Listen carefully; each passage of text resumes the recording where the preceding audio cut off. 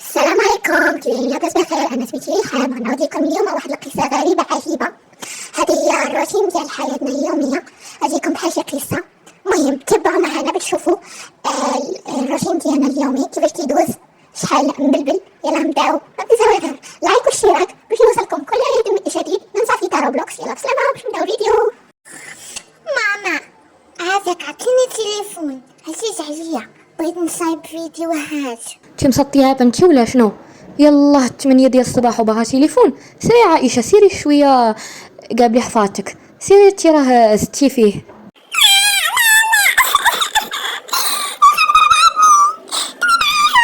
يا لهوي يا لهوي، انتي بعدي من نهار يحب، راه غنجي نقتلك انتيا متابعه دوك الضفران، ما عرفت باش غيفيدوك ولا غيضروك. هما الدفران دياولي، ولكن بغيت نعاود نلصقو عليه جداد. واش غنشري ديال 15 درهم ولا ديال 20 درهم؟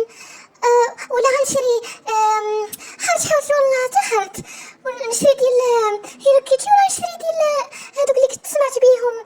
بغيت ندوي معاك عبد الرحيم، اجي جلس اجي جلس. ايوا اش بالك مع بنتنا رحاب، مزيان ولا لا؟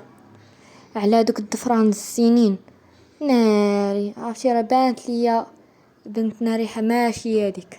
استغفر الله العظيم، بعدي من البيت بعدي منها.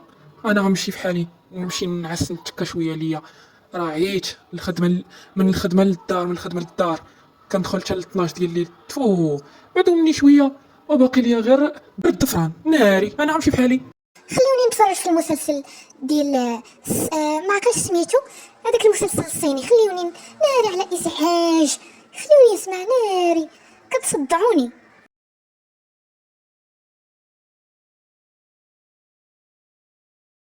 يلا بسلامه، احنا نقطع لكم الفيديو هنايا. الى عجبكم الفيديو ما تنساوش لايك وسبسكرايب باش نكملوا لكم هذه السلسله ديال هذه العائله المفروحه. وبسلامه، احنا غنمشيو لدار يعني دار جداتي. يلا بسلامه.